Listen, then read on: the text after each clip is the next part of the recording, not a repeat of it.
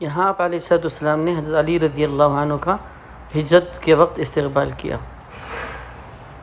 یہاں آپ علیہ السلام حضرت طلحہ رضی اللہ عنہ کی عیادت اور ان کی تعزیت کے لیے آئے۔ بسم اللہ والحمد للہ والصلاة والسلام علی رسول اللہ۔ میں سید حبیب اللہ اس وقت مدینہ منورہ میں مسجد قباء کے پاس مسجد بنی انیف میں ہوں۔ آگے بڑھنے سے پہلے اگر آپ نے چینل سبسکرائب نہیں کیا تو چینل سبسکرائب کریں۔ مسجد بنی انیف مسجد قباء کے غرب میں واقع ہے اور رسول اللہ صلی اللہ علیہ وسلم کی سیرت سے اس کا تعلق ہے۔ آپ صلی اللہ علیہ وسلم طلحہ رضی اللہ عنہ، طلحہ بن براء رضی اللہ عنہ کی عیادت کے لیے آیا کرتے تھے جب وہ بیمار تھے۔ آپ علیہ السلام ایک دن آئے تو وہ کافی زیادہ بیمار تھے۔ آپ علیہ السلام نے فرمایا صحابہ سے اگر یہ وفات پا جاتے ہیں تو مجھے ضرور اطلاع دینا تاکہ میں نماز جنازہ میں شرکت کر سکوں۔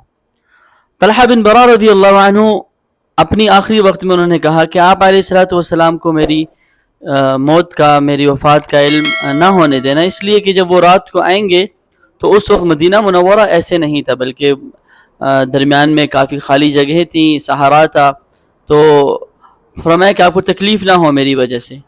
تو آپ علیہ السلام کو بعد میں اطلاع ملی کہ طلحہ بن براء رضی اللہ عنہ وفات پا چکے ہیں۔ تو آپ علیہ السلام ان کی تعزیت کے لیے آئے، اور جب آپ علیہ السلام ان کی تعزیت کے لیے یہاں پر آئے تو آپ نے یہاں پر نماز کا وقت ہوا، نماز ادا کی، تو اس جگہ کو مسجد بنا لیا گیا اور یہاں پر مسجد بنائی گئی جس کو مسجد بنی انیف کہتے ہیں۔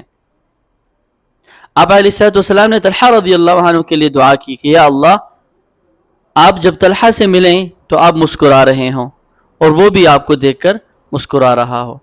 اور اس مسجد کا ایک نام اور بھی ہے، تاریخ میں اس مسجد کا ایک نام اور بھی ملتا ہے، مسجد مصبح۔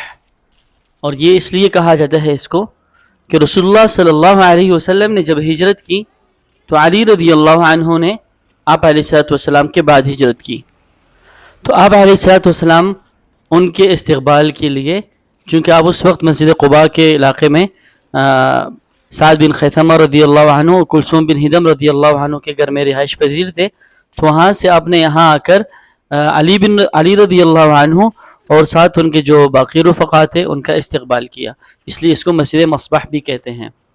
مسجد قباء سے غرب کی جانب واقع ہے اور تقریباً قریبی ایام میں کچھ مہینوں پہلے اس کی تجدید بھی ہوئی ہے۔ اگر ابھی تک آپ نے چینل سبسکرائب نہیں کیا تو ضرور سبسکرائب کریں ایسی مزید ویڈیوز دیکھنے کے لیے۔ صلی اللہ تعالی علیہ وعلی آلہ وصحبہ وبارک وسلم۔